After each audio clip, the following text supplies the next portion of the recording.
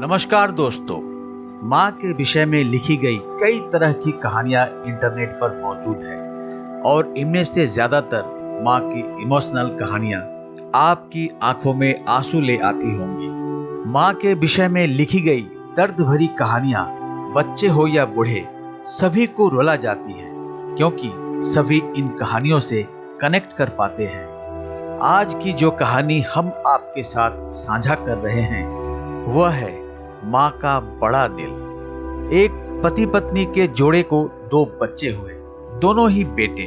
माँ बाप ने इन दोनों ही बच्चों को खूब प्यार से पाला पोसा, पढ़ाया लिखाया, बड़ा किया और इस काबिल बनाया कि यह अच्छी नौकरी कर सके, समाज में अच्छा जीवन व्यतीत कर सके। अपने बच्चों के लिए दिन रात कड़ी मेहनत करके एक बंगले जैसा 2 मंजिला घर बना कर दिया, ताकि दोनों बेटे शादी के बाद भी एक साथ लेकिन अलग अलग कमरों में रह सके, ताकि आगे चलकर कभी बंटवारे का विचार ना आए और इनमें लड़ाई झगड़ा ना हो।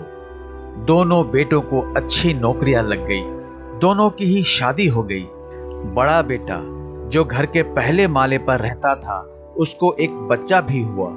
पोते का मुंह देखकर दादा दादी बहुत खुश हुए। सब ठीक चल रहा था, लेकिन थोड़े ही दिनों के बाद बूढ़े पति की मौत हो गई। जब तक पति जिंदा था तो बेटे और बहू माँ का सम्मान किया करते थे। जैसे ही पति मर गया, दोनों बेटे और बहुएं हर दिन माँ की सेवा करना तो दूर, माँ को हर दिन खाना खिलाने के लिए भी राजी न थे। दोनों बेटे और बहुओं ने मीटिंग की और तय किया कि माँ को खाना खिलाने की जिम्मेदारी बांट ली जाए, यानी कि 15 दिन बड़ा बेटा और 15 दिन छोटा बेटा माँ के खाने की जिम्मेदारी लेगा। जिन बेटों को बिना दिन रात देखे, भूख ना होते हुए भी और मनचाहा खाना हमेशा खिलाने के लिए जो माँ तैयार रहती थी, अब उसी माँ को बेटों के यहाँ पर दोनों के हिसाब से खाना दिया जाता था। माँ का दिल बड़ा था। माँ को इस बात की खुशी थी कि वह जैसे भी हो अपने बेटों के साथ रह रही है, और इसी खुशी के कारण बेटों के द्वारा दी गई रूखी सूखी भी उसे किसी पकवान से कम न लगती। लेकिन दुर्भाग्य की बात तब हो जाती जब किसी महीने में 31 दिन आ जाते और उस दिन माँ को भूखा ही रहना पड़ता। एक बार जब बड़े बेटे के यहाँ 15 दिनों तक खाना खाने की बारी चल रही थी, तब बड़ा बेटा अपनी बीबी और बच्चे के साथ कहीं बाहर किसी फंक्शन में जा रहा था। बड़े बहू ने माँ से कहा, माँ जी, आज खाना नहीं बनाया है, हम बाहर जा रहे हैं, वहीं खाएंगे। आप अपने लिए कुछ पका लेना और खा लेना।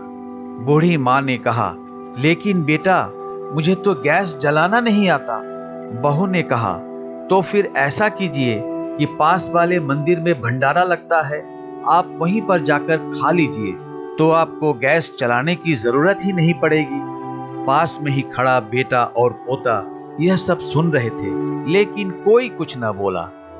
बूढ़ी माँ को भूखा ही छोड़ बेटा और बहू फंक्शन में निकल गए। माँ को थोड़ा दुख तो हुआ, लेकिन फिर अपने आप को यह सोचकर मना लिया, ठीक ही तो है, कभी कभी बहू को भी घर के काम से आराम मिलना चाहिए, और भगवान का भंडारा खाने का सौभाग्य किस्मत वालों को ही तो मिलता है।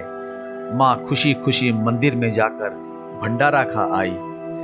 कुछ दिन ऐसे ही बीत गए। एक दिन बड़े बेटे को छुट्टी थी। बेटा, बहू और उनका बच्चा अपने घर में साथ में समय बिता रहे थे। माँ बाप छोटे बच्चे को पूछ रहे थे कि वह बड़ा होकर क्या बनना चाहता है और क्या करना चाहता है। छोटे बच्चे ने बड़े ही सरल भाव से माँ बाप को उत्तर देते हुए कहा, वह बड़े होकर वकील बनना चाहता है। उसकी इच्छा इस घर से भी बड़ा एक घर लेने की है, लेकिन वह घर मंदिर के पास ही होना चाहिए। माँ बाप ने पूछा, घर के पास मंदिर क्यों होना चाहिए? तब बच्चा माँ बाप से कहता है, घर के पास मंदिर इसलिए होना चाहिए ताकि जब मैं बड़ा होकर किसी फंक्शन में बाहर जाऊं तो आप दोनों को ज्यादा तकलीफ ना हो। मंदिर नजदीक रहेगा तो आपको ज्यादा दूर जाकर भंडारा नहीं खाना पड़ेगा। मासूम बच्चे का ऐसा जवाब सुनकर दोनों ही के पैरों तले जमीन खिसक गई। उन्हें अपनी गलतियों का एहसास अब जाकर हुआ था, जो उनके 5 साल के बेटे ने पहले ही कर लिया था। दोस्तों, दुनिया के हर माँ बाप यह सोचकर अपने बच्चों को बड़ा करते हैं कि वह उनके बुढ़ापे की लाठी बनेंगे, ना कि वह लाठी बनकर उनके ही पीठ पर बरसेंगे। कर्म का चक्कर निरंतर घूमता रहता है दोस्तों। आज जो तुम दूसरों के साथ कर रहे हो, आगे चलकर तुम्हारे साथ वही होगा, यह तय है। इसलिए हमेशा याद रखो कि दूसरों के साथ वैसा ही बर्ताव करो जैसा तुम चाहते हो कि बाकी लोग तुम्हारे साथ करें। मैं जानता हूं दोस्तों, यह मां की भावुक करने वाली इस कहानी को पढ़कर आप भी भावुक हो गए हैं, लेकिन इस कहानी का उद्देश्य आपको भावुक करना नहीं था, बल्कि लोगों तक यह संदेश पहुंचाना था कि हमारे भारतवर्ष में जिन माँ बाप को भगवान का रूप कहा गया है, उनके साथ आजकल जैसा व्यवहार हो रहा है वह नहीं होना चाहिए। इस कहानी को जितना हो सके शेयर कीजिए, और ऐसा करने से अगर कुछ लोग भी अपने बूढ़े माँ बाप के साथ अच्छा व्यवहार करने लगते हैं तो हम अपने आप को सौभाग्यशाली समझेंगे। नमस्कार।